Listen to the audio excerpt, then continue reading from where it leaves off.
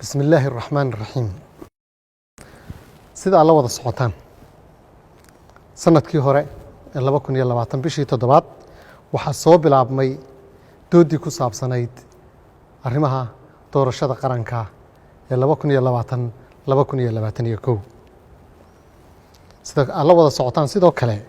dowladda federaalka Soomaaliya oo hogaaminaya madaxweynaha jamhuuriyaddu waxa ay dadaal dheer ugu jirtay sidii dalkani uu aadi lahaa hal qof iyo hal cod iyo doorashada xisbiyada badan laakiin nasiib darro qaar ka mid ah maamul goboleedyadu waxa ay ku dhageen oo ay joojiyeen hanaankii matalaadda shacabka ee hal qof iyo hal cod iyo curashadii koowaad ee xisbiyada badan oo ay rajadiisu markaa muuqatay waxaana dowladda lagu riixay in ay ka leexato jidkii qumanaa una janjeersato hanaanka doorashada dadban iyo matalaadda kooban xilligaas waxa isu diiwaan geliyay hanaanka xisbiyada badan iyo ka qaybgalka doorasho dadweyne oo hal qof iyo hal cod ah in ka badan 100 xisbi guddiga doorashooyinka madaxa bannaanina waxay shaqada u wadeen si xilkasnimo ah oo ay ka muuqato howlkarnimo laakiin nasiib darro maamul goboleedyada Puntland iyo Jubbaland waxa ay diideen hanaanka xisbiyada badan iyo qabsoomidda doorasho hal qof iyo hal cod waxaanay ku adkaysteen in lagu laabto habraacyadii doorashada dadban ee 2016 nin faras dabadii ka degay meel uga toolman buu waayey markii dowladdu ku waafaqday si dalku uu doorasho uga dhacdo heshiiskii 17 Sebtembar si dalka doorasho wada golahay uga dhacdo waxayna sidoo kale maamul goboleedyadu dadaal badan ku bixiyeen in qaybaha kala duwan ee maamul goboleedyada kale iyo baarlamaanadu ay aanay waxba ka bedelan heshiiskaas ay ansixiyaan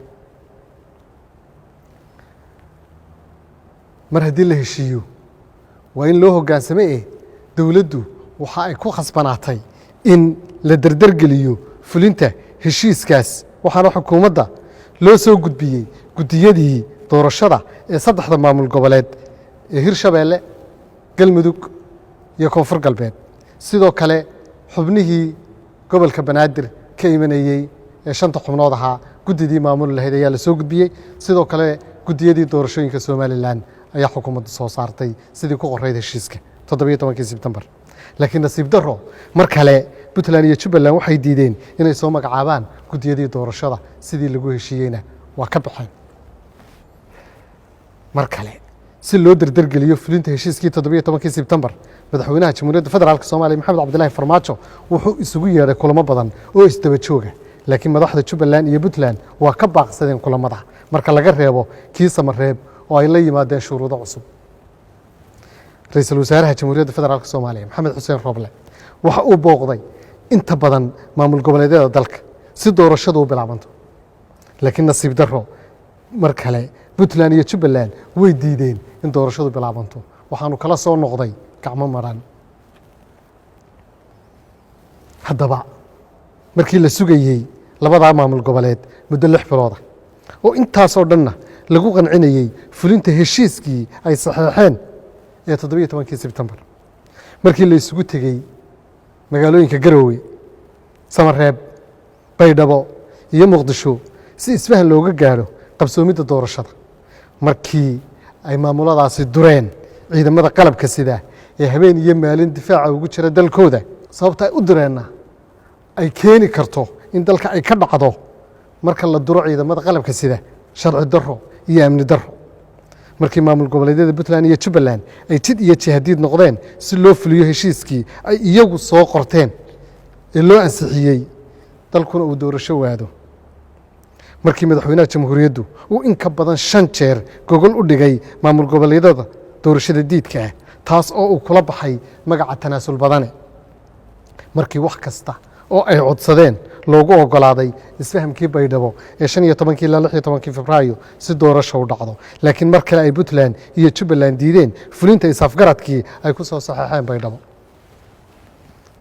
markii ergo madaxweynuhu u diray madaxda Jubbaland iyo Puntland kana koobnayd madaxweynayaasha maamul goboleedyada Koonfur Galbeed Galmudug iyo Hirshabeelle ay kala soo laabteen mar kale gacmo maran iyo natiijo la'aan markii ilaa sabtidii saddexdii abril la wada fadhiyey xerada afisyooni si loo dardargeliyo fulinta heshiisyadii 17 sebtembar iyo 16 febraayo ee Baydhabo oo ay ka soo qayb galeen waa markii koowaade madaxweynayaasha Jubbaland iyo Puntland ay keeneen caqabado cusub oo ay kow ka tahay inay duraan baarlamaanka oo sharciyada dalka ugu sareysa oo yiraahdaan waqtigiisu waa dhamaaday iyadoo aynu ognahay low number 30 ama xeerka soddanaad oo si cad u sheegayo hay'adaha dastuuriga ahi shaqada way sii wadayaan ilaa ay bedelaan hay'adaha dastuuriga oo kale inta la soo dooranayo hay'adaha cusub iyadoo waxa soo dhimi jiraan ay baarlamaankii dureen oo ay yiraahdeen awood uma laha xeerar cusub ee meesha laga saaro madaxweynuhu awood ha wareejiyo xukuumaddu yey shaqo qabanin ciidamada hogaamadooda hala kala diro inagoo og dagaalka ay ku jiraan ciidamadu habeen iyo maalin shuruudaha cusub waxay kaloo keeneen in ajnabigu ay shirarkeena ka soo qayb galaan oo ay talada wax ku yeeshaan waxa ay kaloo sheegeen in siyaasiyiinta madaxa bannaani ay shirka yimaadaan oo ay iyaguna go'aamada gaadhaan iyagoo aan siyaasiyiinta madaxa bannaani haysan mandate sharciyeed oo ay shirarka ku iman karaan waxa ay soo jeediyeen in taliyayaasha ciidamada shaqada laga eriyo iyadoo xaaladdan lagu jiro waxaas oo dhan oo loo arkay caqabado cusub iyadoo ay ogtihiin in golaha ammaanka ee qaramada midoobay uu soo saaray qaraar 4 arrimood ka hadlaya in madax bannaanida Soomaaliya aan la faragelin inaan wax shuruudo lagu xidhin doorashada in la dardargeliyo heshiisyadii 17 Sebtembar iyo 16 Febraayo taasi markay dhacday markii uu noqday hal bacaad lagu lisay dhammaan dadaaladii ay sameeyeen dhinacyadii isxilqaamay kala ahaa madaxweynaha dalka ra'iisul wasaaraha xukuumadda madaxweynayaasha maamul goboleedyada hor socodka odayaal waxgarada culimada Soomaaliyeed haweenka daneeya siyaasadda iyo dib u heshiisiinta ganacsatada iyo saaxiibadeena beesha caalamka si ay madaxda Jubbaland iyo Puntland ugu soo qanciyaan in ay ogolaadaan in dalku doorasho aado waxa soo dhani markii natiijo la'aan ay ka soo baxday ee maalin walba shuruudo cusub yimaadeen ugu dambeyn xukuumaddu waxay maanta u cadeynaysaa ummadda Soomaaliyeed in labada madaxweyne goboleed ee Puntland iyo Jubbaland aysan rabin inay dalkan ka dhacdo doorasho oo asaaskeedu yahay 17 Sebtembar iyo isfahamkii 16 Febraayo waana wax laga xumaado in labada madaxweyne ee Puntland iyo Jubbaland ay noqdeen jid iyo jahadiid aan doorasho ogolayn